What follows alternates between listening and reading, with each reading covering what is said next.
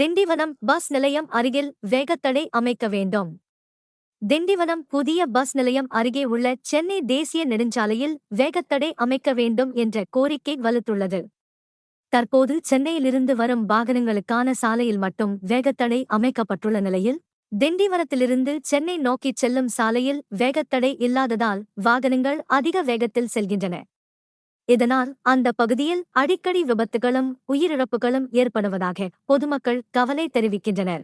இரு திசைகளிலும் வேகத்தடை அமைத்து பயணிகளின் பாதுகாப்பை உறுதி செய்ய நெடுஞ்சாலைத்துறை அதிகாரிகள் உடனடியாக நடவடிக்கை எடுக்க வேண்டும் என கோரிக்கை விடுக்கப்பட்டுள்ளது.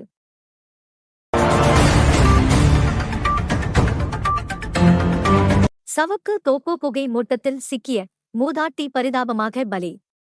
கோட்டக்குப்பம் அருகே உள்ள கழப்பெரும்பாக்கம் பகுதியில் சவுக்கு வயலில் ஏற்பட்ட புகை மூட்டத்தில் சிக்கி 60 வயது ஜானகி என்ற மூதாட்டி உயிரிழந்த சம்பவம் பெரும் சோகத்தை ஏற்படுத்தியுள்ளது. சில நாட்களுக்கு முன்பு வெட்டப்பட்ட சவுக்கு மரங்களின் சருகுகளை அவர் தீ வைத்து எரித்துக் கொண்டிருந்தபோது அடர்ந்த புகை சூழ்ந்ததால் வெளியே வர முடியாமல் சம்பவ இடத்திலேயே உடல் கருகி உயிரிழந்ததாக கூறப்படுகிறது. தகவலறிந்த கோட்டக்குப்பம் போலீசார் சம்பவ இடத்துக்கு சென்று உடலை மீட்டு விசாரணை நடத்தி வருகின்றனர். இந்த சம்பவம் அப்பகுதி மக்களிடையே பெரும் அதிர்ச்சியை ஏற்படுத்தியுள்ளது.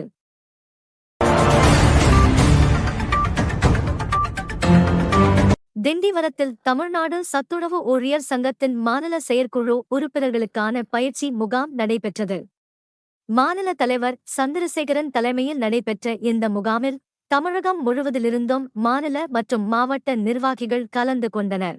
சத்துணவு ஊழியர்களின் நீண்ட நாள் கோரிக்கைகள், அவற்றை அரசின் கவனத்திற்கு கொண்டு செல்லும் வழிமுறைகள் மற்றும் எதிர்கால போராட்ட நடவடிக்கைகள் குறித்து விரிவாக ஆலோசிக்கப்பட்டது. சங்கத்தின் முக்கிய நிர்வாகிகள் சிறப்புரையாற்றி ஊழியர்களின் உரிமைகளை பாதுகாக்க அனைவரும் ஒற்றுமையாக செயல்பட வேண்டுமென வலியுறுத்தினர்.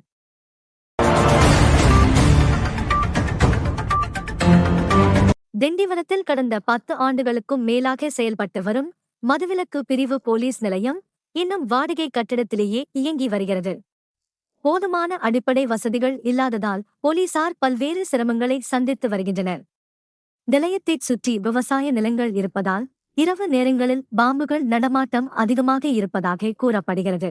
கைது செய்யப்பட்டவர்களை விசாரிக்க தனி சிறை வசதி இல்லாததால் அருகிலுள்ள போலீஸ் நிலையங்களுக்கு அழைத்து செல்ல வேண்டிய நிலையம் ஏற்பட்டுள்ளது.